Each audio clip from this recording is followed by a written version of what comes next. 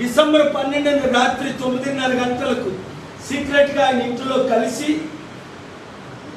Kaleshwaram project 1,10,000 కోట్లు అవినీతి 60,000 కోట్లు జరిగితే ఎలక్షన్ ముందు 100 సార్లు మాట్లాడిన నా తమ్ముడు రేవంత్ రెడ్డి ఇప్పుడు 1000 కోట్లు కమ్ముడు పోతావా? క్షమించను, నేను 8 లక్షల కోట్లు తెస్తానన్నాను. సోనియా గాంధీ రేవంత్ రెడ్డితో ప్రెస్ మీట్ పెట్టించొద్దని చంద్రబాబు నాయుడు ఇన్స్ట్రక్షన్స్ ఇచ్చాడు తన శిష్యుడికి. సోనియా గాంధీ ఇన్స్ట్రక్షన్స్ ఇచ్చిందట. తమ్ముడు రేవంత్ రెడ్డి, నువ్వు అవినీతి పరుల మాట వింటావా? నువ్వు 6 నెలల తర్వాత ముఖ్యమంత్రిగా ఉండు. నువ్వు నీతిగా ఉంటావా? లక్షల కోట్లు తీసుకొస్తాను, నిన్ను అడ్డుకున్నోడు పని నేను చూస్తాను. ఇప్పుడు మెగా కృష్ణారెడ్డి మీద కోర్టులో కేసేస్తున్నాను. ఆల్రెడీ లెటర్స్ రాసేసాను. మెగా కృష్ణారెడ్డిని అరెస్ట్ చేయిస్తానని మీకు తెలుసు. వాడు ఎవడంతడు? అంతవరకు ఎందుకు? గత సంవత్సరం నాకు అదానికి అంత పెద్ద గొడవలు జరిగాయి. 3 టౌన్ పోలీస్ ఆఫీసర్ రామారావు అనుకుంటారు, సర్కిల్ ఇన్స్పెక్టర్, వాళ్ళ గ్యాంగులు వచ్చి నన్ను కొట్టి నా చేతిలో కాలు ఎరగొట్టి నన్ను ఈడ్చుకెళ్ళారు. ఏం చేశాను? అవినీతి పనుల మీద కేసేసా. క్షమాపణ అడిగారు, క్షమించాను. ఇప్పుడు ఎస్కోట్ ఆర్ఓ గారు మనవి చేస్తున్నాను. రేపు మా మీటింగ్ ఉంది. నేను అక్కడ ఎమ్మెల్యేగా పోటీ చేయాలని ఆలోచనలు ఉన్నాను. పిఠాపురంలో చేయమని కొందరు అడుగుతున్నారు. విశాఖపట్నం ఎంపీగా పోటీ చేస్తున్నానని మీకు తెలుసు. అక్కడ ఎమ్మెల్యే నియోజకవర్గానికి వారు పర్మిషన్ ఇవ్వాలి. మునుగోడులో పర్మిషన్ ఇవ్వనందుకు ఆర్ఓ జగన్నాథ్ని చీఫ్ ఎలక్షన్ కమిషనర్ ద్వారా సస్పెండ్ చేయించారు. వినండి, ROs, police commissioner, collectors, circle inspectors, sub inspectors Munugode by election లో పిల్ట్ పట్టుకొని ఆపాను అక్కడ ఎలక్షన్ ఆఫీసర్ని. ఆయన అవినీతి చేసినప్పుడు ఎవరిని స్పేర్ చేయను. చట్టమే గొప్పది. ప్రతిదీ రికార్డ్ చేయమన్నాను.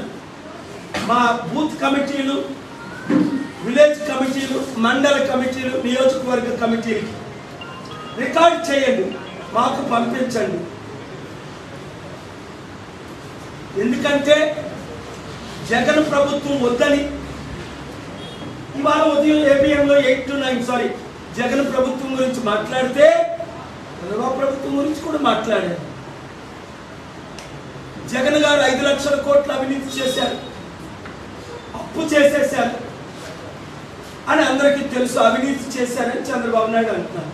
చంద్రబాబు నాయుడు 5 లక్షలు దోచుకున్నారు కోట్లని జగన్ అంటున్నారు.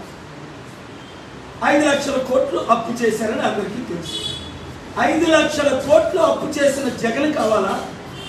5 లక్షల కోట్లు అప్పు చేసిన చంద్రబాబు కావాలా? 5 లక్షల కోట్లు అఫీషియల్ గా దానం చేసిన కేఏ పాల్ కావాలి. నేనైతే 50 లక్షల కోట్లు తేగలను. ఆంధ్రప్రదేశ్ 10 లక్షల కోట్లు అప్పు తీర్చేయగలను. 60 లక్షల నిరుద్యోగులకు ఉద్యోగాలు ఇవ్వగలను. ఈ 2 పార్టీలు టీడీపీ అయినా 40 సంవత్సరాలు మనం లేలాలి. ఆ ఎన్టీ రామారావు గారు బ్రతుకుంటే మోదీకి అమ్ముడుపోనా? మోదీ పక్కన కూర్చున్నా? అది ఎన్టీ రామారావు రియల్ హీరో. భారతరత్న ఇమ్మని 10 సంవత్సరాల నుంచి ఫైట్ చేస్తున్నా. ఇచ్చే వరకు పడుకోను. చంద్రబాబు నాయుడు ఎప్పుడు ఫైట్ చేయలేదు. ఎందుకంటే ఎన్టీ రామారావు ఫోటో పెట్టుకుంటాడు కానీ ఆయన ఎన్టీ రామారావుకి వెన్నుపోటు పొడిచింది ఎవరు? ఎన్టీ రామారావును ముఖ్యమంత్రిగా తీసేసి ముఖ్యమంత్రి అయింది ఎవరు? చంద్రబాబు నాయుడు కాదా? ఎన్టీ రామారావు గారు మీ మీడియా అన్నింటిలో ఇంటర్వ్యూలు చేయలేదా? మా ఎన్టీ రామారావు అంత మోసగాడు లేడు, చంద్రబాబు నాయుడు అంత మోసగాడు లేడని ఎన్టీ రామారావు గారు చెప్పలేదా? యూట్యూబ్లో చూడండి, వీడియోలో చూడండి.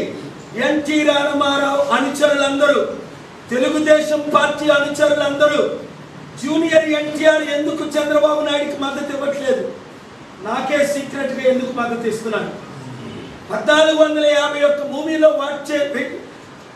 యాక్ట్ చేసిన బాబు మోహన్ టీడీపీని కాళ్ళతో తన్ని బీజేపీలో చేరి బీజేపీని కాళ్ళతో తన్ని ప్రజాశాంతి పార్టీలో ఎందుకు చేరారు? అంతకంటే హిస్టారిక్ యాక్టర్ ఉన్నారా? 1451 మూవీ, ఇప్పుడు 7 మూవీల్లో యాక్ట్ చేస్తున్నారు. 3 సార్లు ఎమ్మెల్యే అయ్యారు. ఎన్టీ రామారావు గారు ఓడిపోయారు కానీ 2సారి ఆయన మాట్లాడారు. కనుక ప్రియమైన మిత్రులారా, 5 నిమిషాలు మాట్లాడాలనుకున్నాను, 10 నిమిషాలు మాట్లాడాను. ఎందుకంటే ఆవేదన అర్థం చేసుకోండి. రాష్ట్రం సర్వనాశనం అయిపోతుంది. కుటుంబానికి 5 కోట్ల అప్పు. ఒక్క అవకాశం మీరు తీసుకోండి, ప్రజాశాంతి పార్టీని గెలిపించండి. వైసీపీ వాళ్ళు టీడీపీలో చేరకండి, టీడీపీ వాళ్ళు బీజేపీలో చేరకండి. మీకు ఈడీ